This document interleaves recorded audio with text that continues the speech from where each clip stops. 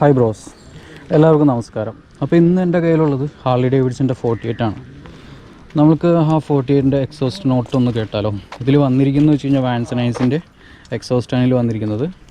ഈ exhaust not ഒരു Chrome ടൈപ്പിൻ്റെ ഞാൻ ഓൾറെഡി ചെയ്തിരുന്നായിരുന്നു. ഇത് ബ്ലാക്ക് ടൈപ്പാണ്. ഇതിൽ കുറച്ച് വ്യത്യാസമുണ്ട്. കാരണം എന്താണെന്ന് വെച്ച് കഴിഞ്ഞാൽ ഇത് എയർ ഫിൽറ്റർ ചെയ്തിട്ടുണ്ട്, അതുപോലെ തന്നെ FP3 ചെയ്തിട്ടുണ്ട്, പിന്നെ സ്ക്രീമിനീകൾ പ്ലഗ് വയേഴ്സ്, അതായത് നമ്മളെ ഹാർലിയുടെ എൻജിൻ കിറ്റിൻ്റെ ഫസ്റ്റ് സ്റ്റേജ് എന്തായാലും കംപ്ലീറ്റ് ചെയ്തൊരു വണ്ടിയാണത്.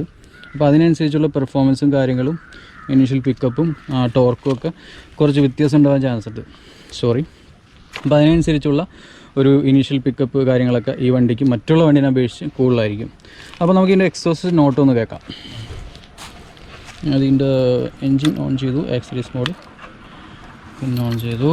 Then may be pump work ചെയ്യുന്ന സൗണ്ട് കഴിഞ്ഞ് കഴിഞ്ഞാൽ മാത്രം സ്റ്റാർട്ട് ചെയ്യാം.